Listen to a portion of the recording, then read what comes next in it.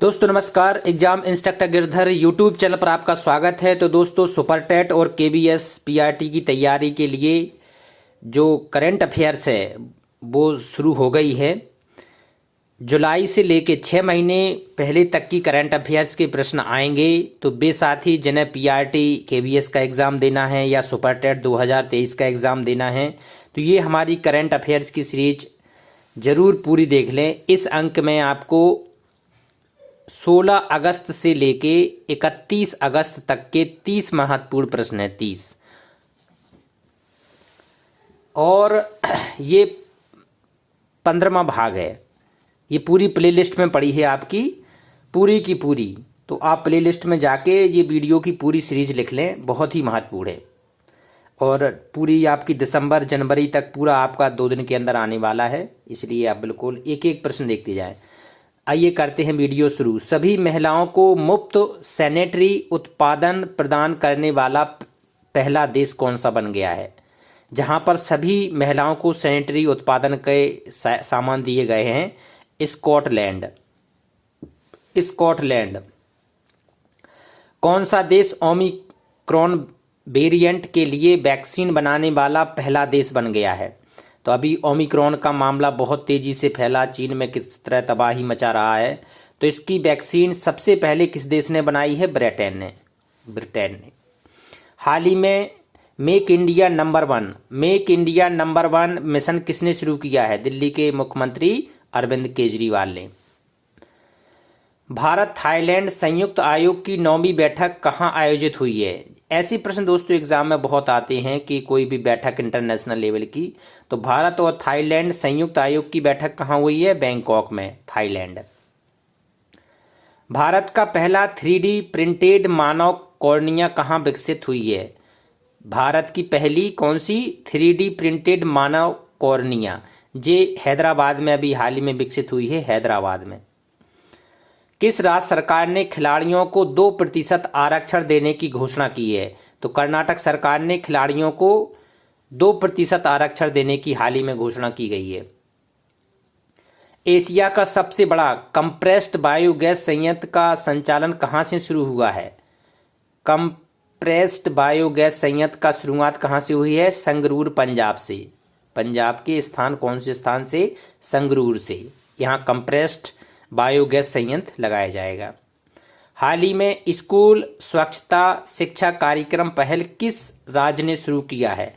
School स्वच्छता शिक्षा कार्यक्रम किसने शुरू किया है? उत्तराखंड ने। अभी हाल ही में उत्तराखंड ने ये शुरू किया है। किस राज्य सरकार ने ड्रोन द्वारा आसमान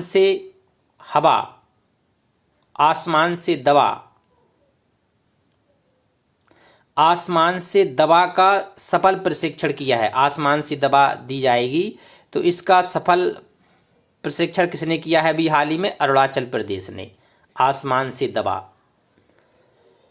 एसबीआई ने स्टार्टअप के लिए समर्पित पहली शाखा कहाँ खोली है? स्टार्टअप के लिए समर्पित पहली शाखा इन्होंने खोली है बेंगलुरु में। बेंगलुरु में पहली शाखा खोली गई है।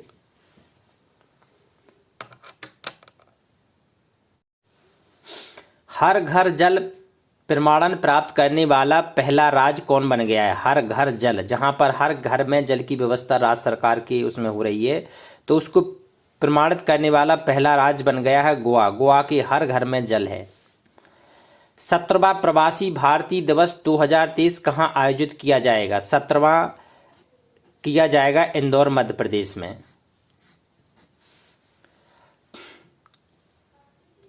विश्व अंडर-20 चैंपियनशिप 2022 में किस महिला पहलवान ने रजत पदक जीता? तो अंडर-20 चैंपियनशिप 2022 में प्रिया मलिक ने क्या जीता था? अभी रजत पदक जीता था, पहलवान प्रिया मलिक।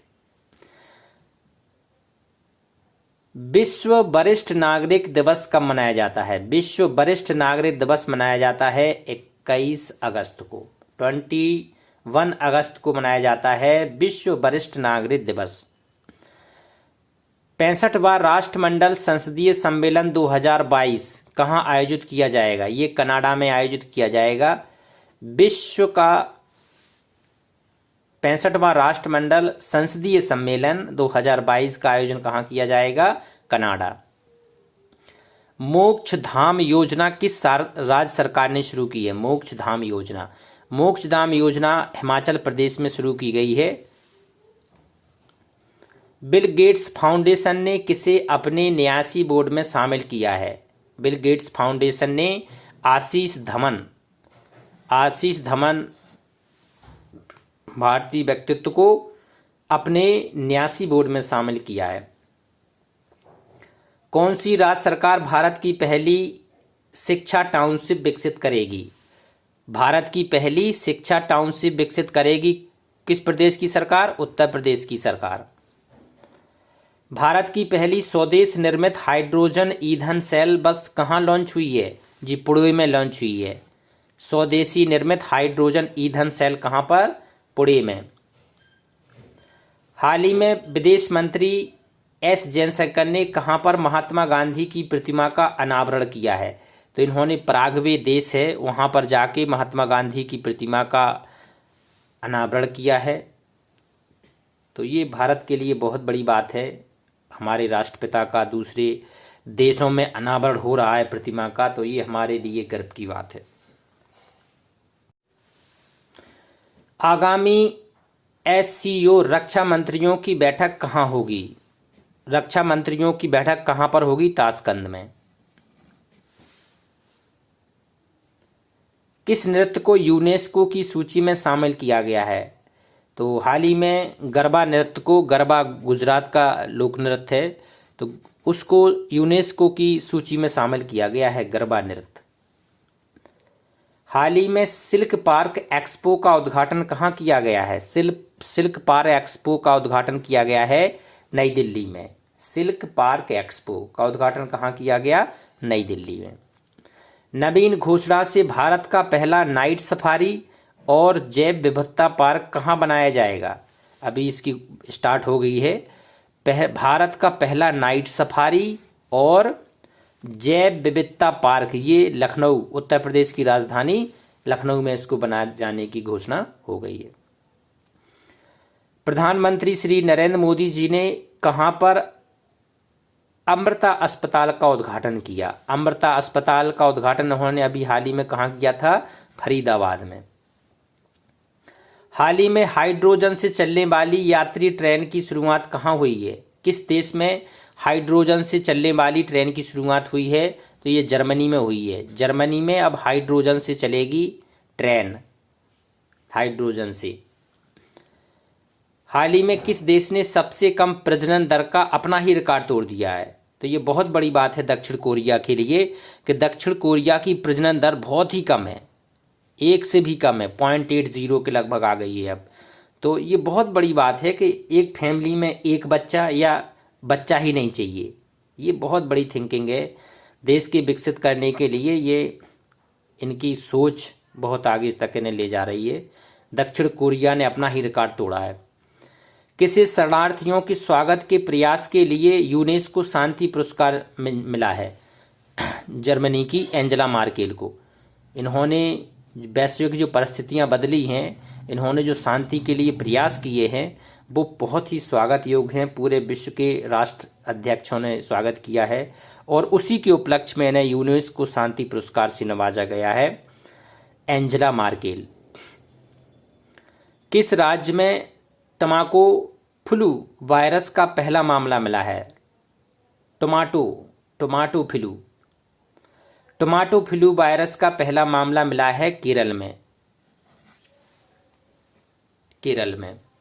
तो इस प्रकार दोस्तों 30 प्रश्न अगस्त तक की पूरी हो गई है। सितंबर, अक्टूबर, नवंबर, दिसंबर, जनवरी, ये क्या है?